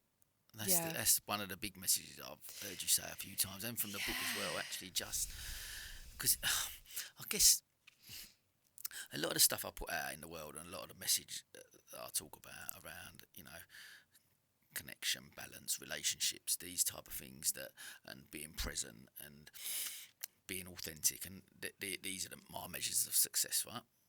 As opposed to these attainment things, but it makes it sound maybe like I'm saying that just sit and chill. You're saying just sit and chill a little bit, but the pushback sometimes I feel from other people, and that is are we creating the next generation that will not be ambitious and not push forward and not follow? Whereas my pushback against that is that I'm probably more ambitious today than I've ever been. Right? So I think we're always evolving and changing, and the person next 10 years you're not going to be the same, are you? So we're always evolving and changing, and there's an element of some weird blaming each generation, or and just going where we rather than just going, okay, Let's have compassion, because online has created more disconnect and more anxiety. How can we create more connection and less anxiety and bring people back into community? And so with that, well, momentum then comes. And so what we're talking around is momentum, but momentum coming from the heart and not from fear. So fear was the old paradigm of like the factory working days and the war trauma and the come on, let's get this done, and, you know, hustle and grind, which is still being pushed. But love, when you get into flow state and love state and you're in that momentum and you're working with people you like, whoa, like a project can get done in like 4 or 5 days that you never thought could get done, because you're all in it and you're all aligned, you're like woohoo, and you're just enjoying it. Like, why not? Wouldn't you all want to be doing that? Rather than, oh, I've got to get up, I've got to hustle and grind, like nobody loves me, by myself sitting there in a dark corner. Like, no. We have to have empathy and compassion for one another, rather than shaming generations and thinking like, well, what's lost? Well, what's lost is in person. And it's all coming back. Everything, even the online communities are all talking about community and in person to even build out online. Has to be that way now. I just wanted to take a moment to talk about one of our sponsors, Nostos, an authentic experience of Greece right here in the heart of Hove. In a world brimming with dining options, finding that one place that captivates your palate and heart isn't always easy. It's about more than food.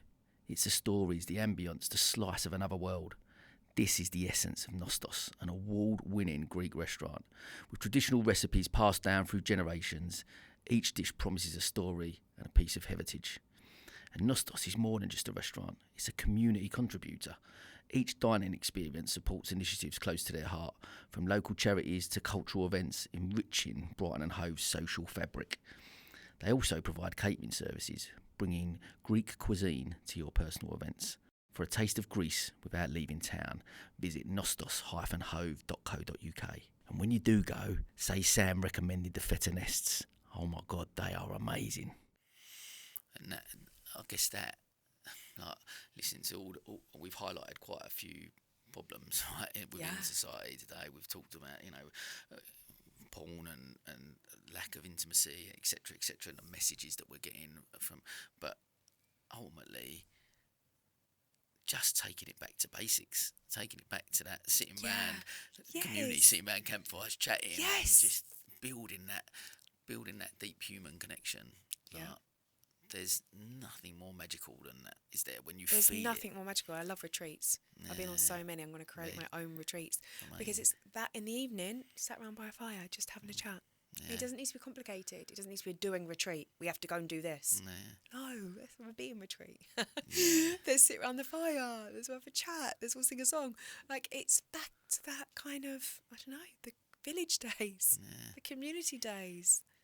It's strange, isn't it? We're living in a world where technology is moving so fast and there's so much, and yet me and you are sitting here talking, and I'll be interested to find out from listening to other people, because it's an incredible world and we need to get on board with technology and social media. We don't want to be left behind. I want my kids to get involved in that. But I honestly think, and I spoke about with AI experts about this, and saying, actually, if we do lean into it and we do use it, what hopefully AI allows us, if we use it in the right way, will take away a load of admin tasks that we don't want to do, because we will actually create more time to do this, to have true human connection. Exactly. And that's what actually we need to, as a society, we need to lean into a lot more. Human beings and creativity, and then don't forget the energy, the healing energy. I think that's where I've been with some of the best healers in the world.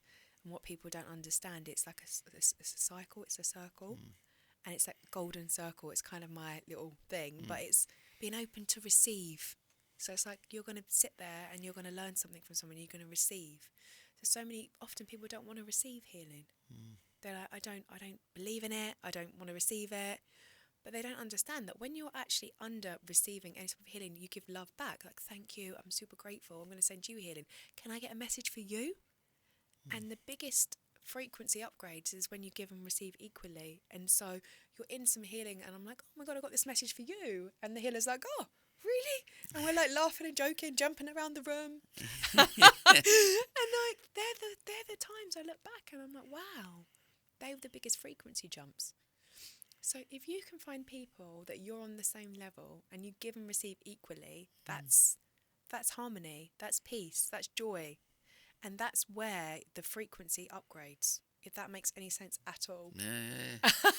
No. Because so many, often men don't want to. They're scared. Like, I don't want to receive like hypnosis or it's all you anyway. Or I don't want to. No, but what if you do receive and give back at the same time? That you give that person that's giving you that, and obviously money is an exchange of that. But you could also get an intuition or an insight or. What is the most pushback you get from men, like when you're trying around healing and stuff? What is why are they sceptical about it? What is there holding them back from? I think there's a really hard one for men when it comes to vulnerability, because there's a really hard narrative around it where some men are like, oh, I need to cry, and then I'm going to get the woman, and then other men. So there's such a big confusion around all of that, and there's an element of, if you're going to be with your partner, you do need to have, like, if you need to repair the nurture, or you need to go to someone to heal, it can't necessarily be with your partner sometimes. You can do it with your partner, but there's an element of, if you're going to cry and make your partner feel unsafe, whereas I'm not going to be able to handle stuff no more because I've really lost it, the attraction's going to go. So it's so hard for men to obviously be able to get emotional when it's tuning into something, whereas like, okay, there's something that's happened in a film, or she's emotional, so now I'm emotional, and I felt her energy, rather than going, and now I've just cannot cope, and I've broken down, and now it's not safe. So I think that's a really hard line for men. Do you think men feel a little bit lost at the moment, like in regards to, I guess there's that, because you hear on one side that I'm looking for a man's man. I want a man's man. So you've got to be strong. You've got to know how to do DIY and all of this stuff.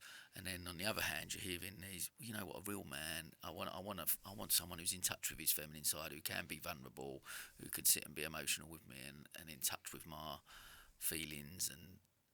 And men are like, what? Is there confusion there for men? It's so confusing. It's so confusing. But ultimately, a woman wants to feel safe. So she wants a masculine man that's aligned, which is congruent, that's living his values, living in integrity, and that he can connect to his emotions. So if he can sit with his sadness, if he can sit with his anger and he can process it, and he might have to work with someone to do that, but he'll be able to sit with my sadness and my anger. He'll be able to hold space. He won't shut me down for being angry. He'll be like, what's anger saying? I don't know. He won't shut me down for crying. Like, okay, your tears are beautiful. What tears? Because again, when people often have a response to emotions, it's about them, rather than just sitting with the emotion and just being with the emotion. So I think, yeah, because I guess is it then that men, because men again, back to that being and doing, like, men feel like, I guess if you come to me with a problem, I feel like I've got to fix it. Exactly. As opposed to, it's not you about might fixing. not need me to fix it. It's about being. You never fix it. It's just, okay, and what else? Always ask the questions, what else? And if there's an emotion, like, try and ask what that emotion means to them or what it's saying, and then just hold space. And you'll see the relationship, just the intimacy, just got just so much more intimacy, because that's intimacy, because you're not trying to push it away. You're with it, and you're loving and accepting all parts of them, which means you can love and accept all parts of you. And it is uncomfortable sometimes, because if you haven't done that work within you, you're not going to be able to do it. And that's how then you can go deeply more into an intimate relationship with someone. And that's the missing piece.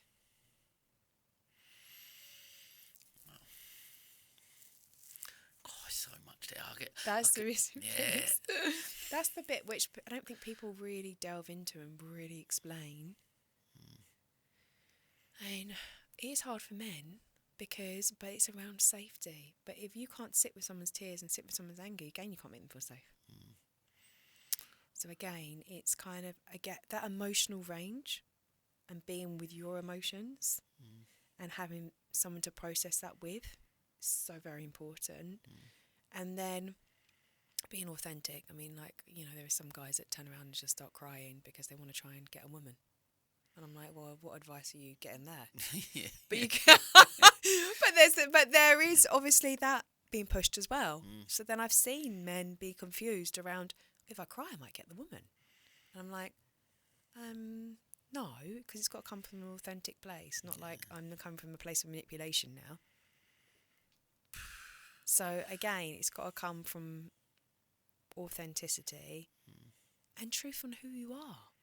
Be authentic, be you. Don't let no one change who you are. You're a human being. You don't have to play a role. Well, one thing I've tried to sit with a lot, probably for a long time, I guess the fact that I talk about relationships a lot, and I look at going, I'm surrounded. What got me through a really dark space was the fact I was surrounded by love in so many different ways. Right? Yeah. From my brother, who's my best mate, a lovely mum and dad, kids, wife, friends who I'd grown up with, all that. So relationships is a big thing. I think like you got, but what I've really noticed, and this over the last few years, is trying to go. One of the biggest things is the relationship we have with ourselves. Right? Yeah. This is where I am Number at the one. minute. I'm trying to work on this now. Right? Yeah. This is part of my journey. I guess I'm trying to go, well, where am I? Who am I? And to try and have a better relationship, a better narrative, and a better story that I tell myself. Right? Yeah. That's where I'm at. And I'm definitely in a better place with that. I guess because then when I look at a relationship, especially a partner, a husband and wife, or whatever genders, you know, whatever that looks like, you're in a relationship, your partnership, they're there to enhance where you are. If you're comfortable with who you are and you're happy with who you are as an individual, then you're together because that enhances that situation, right? Or you grow in together. Yeah, or you grow together. Yeah, but it's when I think when there's a reliance on that other person to make you expectation. Happy. Yeah. Expectations ruin relationships. And it's, again, with the first relationship is with yourself. And then it's all a mirror, right? So that first relationship with yourself, it's like when you work with someone, you'd be like, okay, so what does the inner critic say to you? What does your inner wisdom say, your inner hero say to you? And it's cultivating more of that inner champion, that inner loving voice to you, the compassionate one. So you cultivate that more within you, then you recognise your inner critic, what it says, then you can talk back to it more lovingly. So you work with all these parts of self. There's lots of different parts of self. Your mum and dad become part of you. The people you meet become a voice. It all becomes a part of you. But then you want your genuine you to be the strongest part and the most connected part. And then it's just really having that, when you have love and compassion for everyone, it's when, you know, that's love the fuck out of it all, basically, is my formula. So, when you... I love when I read that in the book. Love the fuck out of everything. That is it, people. This is the answer. This is the answer. Marina sold it. This is the answer. The thing is, everyone overcomplicates it. When you do, like, oh, you know, when you actually genuinely do, everything changes. You know, who can argue with someone that's like, oh, I love it when you say that to me. I love the criticism. What? Yeah. Who can argue with that? No one. I guess when there's that inner critic, when you're criticising yourself, or you the narrative you tell yourself, and then someone else, your partner, for example, plays into that narrative and they criticise you about something, that just. But is that on them or on you? It's an interesting question. Because maybe it's co-created. Because if you're doing it to you, what happens is then you develop that belief. Then you're a vibrational match for others to do it to you. Understand? Yeah. Because it's almost like, okay, I'm doing it to me, and now I'm a vibrational match for other people to do it to me too. You know, if you're bullying yourself, you're going to find other people that are going to bully you. That self-fulfilling prophecy. Yeah, but it's like almost, it's like a frequency. It's like it's something that's in the air that you can't even feel. But it's like when you transmute that to love and really like heal that belief, which is that subconscious, which is like reprogramming and go, no, I am this in the morning, and listening to the meditations and stuff like that, which I will be putting out there. But when you're doing that changes your brain. And then it changes your beliefs, it changes your frequency, so people don't do it so much. It's like when you're content and confident, you're like, yeah, I'm good, I'm confident, I'm the man. There's something very attractive about that. You know, just being like silently confident. You don't have to say it, but it's like a frequency. Give me, as we're coming to, give me some practical tips, right? Some practical stuff that a man who's listening to this and feeling a little bit like that can get up tomorrow and go, right, okay, I'm gonna. Is it that practicing gratitude? Breathe. Give me some practical tips that you can give to a man listening. Yeah, so in my book I've got like the prayers and things like that I say. Yeah. So you can start by reading that, writing it out, and remember them first 10 minutes are key. So don't look at your phone when you wake up if you can. You know, get that dopamine by saying, I'm not going to look at it until I'm out, I'm ready, I've done something, I've done a win for the day, whether or not, I don't know what you love doing, but if there's something you like doing, like seeing the sunrise or going for a run or whatever that is, just try and make yourself proud of you, like it's you v you, and start your day like that. Just little things every day that you can be really proud of. And just know that you are lovable, that you are enough, that you are loved, because we forget it in a society which is pushing us forever more, that we need more, we need to be more. Just stop and just like go, no, today I've stopped this self-abuse. I am loved, I am enough, I can be and achieve anything that I want. And you can. I mean, I gave birth to my second child at home with no medication down to the time I visualised of 7 a.m. And if I can do that, you can do anything. And that's all the power of the brain. That's all. Before you go to bed at night, if things are not going well, pretend in your head they are going well. Be delusional. Rewrite the script. Pretend it's all going well. Pretend it's how you want it to be. It will make you fall asleep. Or vision what you want to create before you go to bed. You're going to sleep well. You're going to wake up happy. Then wake up. Before you even open your eyes, thank you, God, that I'm alive. Thank you. You know. Thank you for... Gratitude is such a big thing, isn't it? Practice. I think I've always had that state because, I've always been like a little... Just become that little child again, you know, that little inquisitive child. Remember your inner child, what your inner child loved. Go towards that, like, was it going on the pier? Like we're in Brighton. But that's for me. I mean, I'm going to go take myself on a date on the pier. But was it going on the pier and going on like the waltzers? Is it the waltzers that spin around? Was it? What is it? And like, remember that childlike thing. Connect back to your inner child. The playfulness. Bring that back. And just love it all. Like, love the fuck out of it all. You know, even if it's really hard and it's really, really dark or you're not feeling great, just be like, okay, I love the fact that I can feel this. Great. I think some of my lowest days, I'm like, oh, what's good about this? Right. Oh, I've got lots of wisdom when I feel a bit down. I get loads of like information. So I'm like, this is really good, because sometimes when we're like, oh, it's great, it's all like happy. You're like, you're up there, you're not down here. So sometimes the down days ground us. They give us insights. They teach us stuff. They give us that a little bit more of like a ground. Like anger gives you more passion and drive. Like it's all got a gift somewhere. So try and see the gift in however you're feeling. I love that. That's a brilliant. Like I guess it's trying. Like you said, it's understanding your feelings, and it's understanding how you what those different emotions feel like, and like you said, trying to find a gift in. I love that. Trying to find a gift in every different emotion. So whether it will fear, anger, joy, happy, all of those things are all there's gonna be learning in all aspects of them, and trying to find that little nugget in each of them, I guess. When you find the gift and when you love it, it stops coming up so much.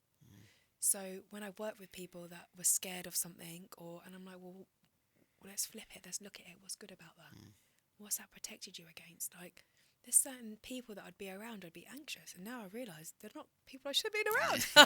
But at the time I was like, I need to become super not anxious. I need to become like this person that's, that was my nervous system. That was a superpower. It was telling me something. Thank God for that gift. So now I'm like, that's a gift. So I listen. If I feel a bit awkward or anxious around someone, what's going on? Okay, that's good. So, and then it slowly stopped happening. Like someone that was scared of flying, they was no longer scared of flying because they saw the gift and they could love it all, and they stopped making it wrong. They stopped punishing themselves. Because behind all these little things, there's something beautiful to be revealed.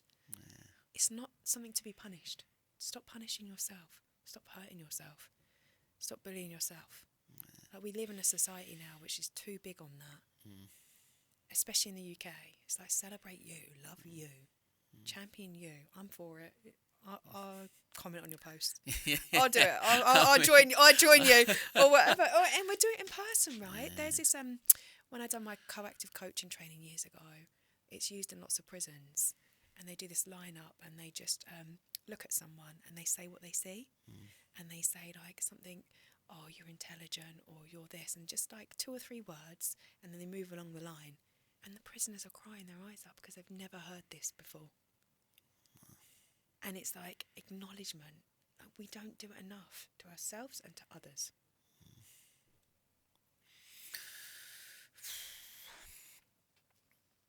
Well, I could chat. I literally could talk to you for hours. There's so many. I guess as we are coming towards the end, what gives you hope about the next generation for men? As men especially, what, like, people you work with, things we've talked about today. What gives you hope for the next generation? Because I've shared some horrific statistics today, and there's a lot of fear about that next generation of men coming through. But what gives you hope? Is there hope? I think there is hope. That's why I've done the book.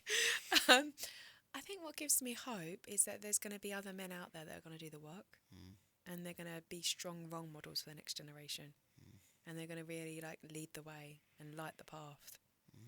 And so, 100%, it's, I think, like anything, right? Every single day you're reborn. So, at any time, if it doesn't feel good, it's okay. You can go towards something else. And there's people out there that are loving, that are not going to judge you. They're going to hold space for you. They're going to be there for you. And they're going to know that the human experience, you're here to learn. You're not here to be perfect. And the more that we connect and the more that we are together, the more that we're going to really transmute all of this pain that's happening. And a lot of it's social narratives anyway. So it's narratives that are coming out to keep people stuck, maybe to keep people depressed, not feeling enough. I mean, that's how consumerism is like rife. So there's an element of, there's people like me, you, there's things that are going to happen out there. We're going to, and there's going to be other people that are going to light this way because it's not working. And it's all going to be okay. Everyone's going to be, because everyone's going to go back to more community and more family. And I love that. I know, I do, I agree. I think like if we create more really good male role models that are on that frequency, like you mentioned that about just being on that frequency and trying to put that message out there that vulnerability is strength, not weakness. Those type of messages that we can put out there, and again, back, you mentioned a few times today about community, and I think there's something. So if we can keep growing these, even if they're micro communities within those 110%. spaces, 100, like talks. I would love to do a talk like here in Brighton, to do a regular events whilst I'm here in this area around these things. It needs to be done. And I think the more that we're practicing and we're with one another, the less we get intimidated. So the more we're isolated, the more harder it is. So it's getting people together, it's championing one another, building one another up. That's what coaching is anyway. You build someone up and they see how to overcome their problems. And we need more of that. Absolutely. So look, we're talking about community connection. Obviously, we've got a new tradition on the podcast towards the end, where our events that we do our storytelling dinners and lunches. So I have our storytelling cards. So I'll get you to pick a card. Okay. Okay. Who do you admire for their resilience, and what have they taught you about handling adversity? Oh, it'd have to be my dad. Yeah. And I suppose my dad's always said to me, just, Marina, hold your head up high. Always. And just smile and hold your head up high. He'd also put your shoulders back, smile, hold your head up high. And my dad's had so much adversity, but he's always got a smile on his face. He's always loving, he's always helping somebody else. He's always talking to someone. And that's how you get out of adversity. If you're in a dark place, there's somebody out there that you can help. Go and help them. I love that. There was a guy that done a TED talk on Friday. I was there at TEDx in Brighton, and that was his message was exactly that, along the lines of when you're in a bad place, you're in a dark place, you can find peace and happiness in the service of others. He was Always. saying, in the service of others, and again that thing I'd highlighted a few times on the podcast around the 3 elements of being successful, and one of them is helping others to be successful, being genuinely happy for people who are successful, and then helping others to be successful can make you feel successful in yourself. Being of service. Yeah, being of service. 110%. Yeah. All day long. Amazing. When you've got that element, again, it's your gift. So you're sharing your gifts and you're being of service, you're helping others. It's just such a beautiful thing. However you want to reframe it, it's gorgeous. And it's such an admirable quality, because you lose yourself. If you're sitting there thinking about you, that's how you get depressed. They say depression is a very selfish illness, because it's all about you. And I think that's where self-help has been for a long time. It's been a lot around all about me, but it's not about me. Everyone's bored of me. It's about we. It's about we. It's about community. It's about rising. I'm going to my little flow, a little bit of a rap. But Go for it. Free flow. But it's true. Yeah. It isn't about, we've got it kind of backwards. And it is around connection. It is around service, and the beauty in that is where the magic is. Amazing. What an amazing way to finish. Honestly, it's been, as I knew it would be. I've really loved your book, and I advise it. I'll share some links, obviously, in the show notes. Please go and buy it. It's, I guess, for not just for men, actually, for women as well, because you do write in the book as well about that side of it. But definitely for men, picking up the book is enlightening. There's so much to take from it, and I hope people got a lot from this as well today. I'm sure they have, but we'll get you back on for part 2, because there's so much more I could talk to you about. But I've absolutely loved it. It's been amazing. Thank you for your time. Thank you for the honour. Thank you. It's been amazing. Thank you. And as they say, is a wrap.